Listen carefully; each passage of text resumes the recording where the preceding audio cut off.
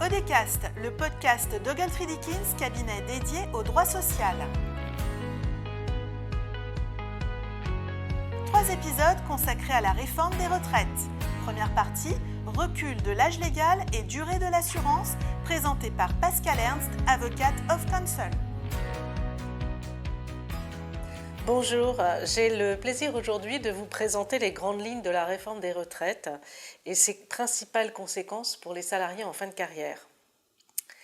La loi a été publiée le 15 avril 2023 après une décision du Conseil constitutionnel du 14 avril qui a jugé conforme à la Constitution le cœur de la réforme, même si certaines dispositions ont été retoquées. Première grande mesure de ce texte, c'est l'article 1, la suppression des régimes spéciaux. Sont concernés les régimes des industries électriques et gazières, de la RATP, des clercs et employés de notaires, de la Banque de France et des membres du Conseil économique, social et environnemental. À compter du 1er septembre 2023, les nouveaux embauchés dans ces filières seront affiliés au régime général de sécurité sociale au titre de la retraite. En revanche, les salariés recrutés avant cette date resteront affiliés à leur régime spécial selon la clause dite du grand-père. Ces salariés vont donc constituer un groupe fermé, ce qui est déjà le cas pour le régime spécial de retraite de la SNCF depuis le 1er janvier 2019. Enfin, les autres régimes particuliers de retraite, comme les marins, l'Opéra de Paris ou la Comédie Française, les régimes autonomes des professions libérales, ne sont pas menacés par ce texte. C'est l'une des grandes différences de cette réforme avec la réforme du régime universel qui avait été lancée en 2019 et qui n'a pas vu le jour finalement en raison de la pandémie de Covid-19. Deuxième grande mesure, la modification des règles pour la liquidation d'une pension de retraite de sécurité sociale. C'est l'article 10 de la loi qui instaure un recul progressif de l'âge légal minimum de 62 à 64 ans. À partir du 1er septembre 2023, l'âge légal minimum va donc être progressivement relevé à raison de 3 mois par génération pour atteindre 64 ans pour la génération 1968 et les générations suivantes. Parallèlement, la durée de cotisation pour bénéficier d'une retraite à taux plein sera portée progressivement à 43 ans, c'est-à-dire 172 trimestres, pour les générations nées à partir de 1965 et donc ceux dès 2027. Pour les personnes qui n'ont pas atteint la durée d'assurance applicable à leur génération, alors qu'elles ont atteint l'âge légal minimum, la loi prévoit déjà qu'elles ont droit au taux plein automatiquement à partir de 67 ans. Cet âge reste inchangé par la réforme. Alors peut-être quelques exemples concrets d'application de ce calendrier. Pour la génération née au dernier trimestre de l'année 1961, l'âge légal est porté à 62 ans et 3 mois et ces assurés devront justifier de 169 trimestres, soit un trimestre supplémentaire. Pour la génération née en 1964, l'âge légal sera de 63 ans et il faudra justifier de 171 trimestres, soit 2 trimestres supplémentaires.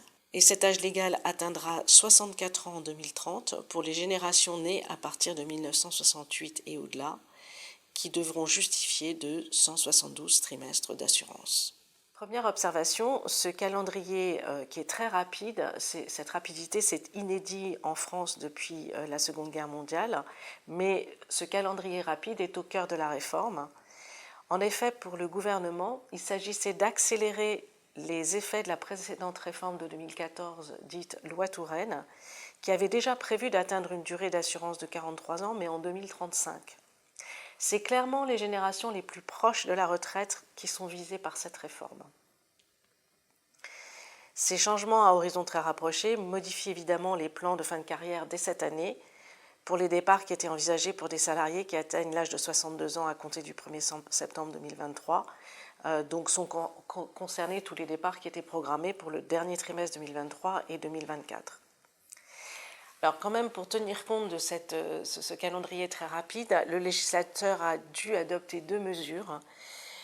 Tout d'abord, les assurés qui avaient demandé leur pension avant l'entrée en vigueur de la loi ou qui devaient commencer à percevoir une pension à compter du 1er septembre 2023 peuvent obtenir à leur demande une annulation de leur pension ou de leur demande de pension. Dans la pratique, il faudra voir comment cette demande s'organise. D'autre part, les assurés qui avaient procédé à des rachats de trimestres pour pouvoir obtenir plus vite la durée d'assurance nécessaire pour le taux plein peuvent en demander le remboursement dans un délai de 2 ans, à condition de n'avoir liquidé aucune pension de retraite personnelle au titre d'un régime de base obligatoire ou complémentaire. Alors, les conséquences pour les entreprises, l'impact est évidemment très significatif. On pense en premier lieu aux négociations en cours pour le départ de salariés âgés, également au plan de départ volontaire pour les seniors, à tous les dispositifs de pré-retraite et de congés de fin de carrière qui sont conçus pour prendre fin dès que le salarié remplit les conditions pour un départ à la retraite. Avec le recul de l'âge légal, ces salariés devront être portés plus longtemps dans ces dispositifs. On pense également au chiffrage des indemnités de fin de carrière qui prennent en compte l'ancienneté des salariés et aux provisions que les entreprises constituent dans leurs comptes à cet effet qui vont être impactées. Et puis au coût des garanties de prévoyance d'entreprise en cas d'incapacité, lorsque le salarié en fin de carrière pour des raisons de santé est en arrêt de travail et qu'il perçoit alors des indemnités de son régime de prévoyance et qu'il fait aussi appel aux garanties de remboursement des frais de santé. La loi comporte également d'autres mesures importantes, notamment sur la retraite anticipée pour carrière longue, la retraite progressive, le cumul emploi-retraite et l'usure professionnelle que nous examinerons dans un prochain podcast. Merci de votre attention et à bientôt. Odecast, le podcast d'Ogletree Dickens, cabinet dédié au droit social. Prochain épisode, les nouvelles mesures visant à favoriser le maintien dans l'emploi des salariés seniors.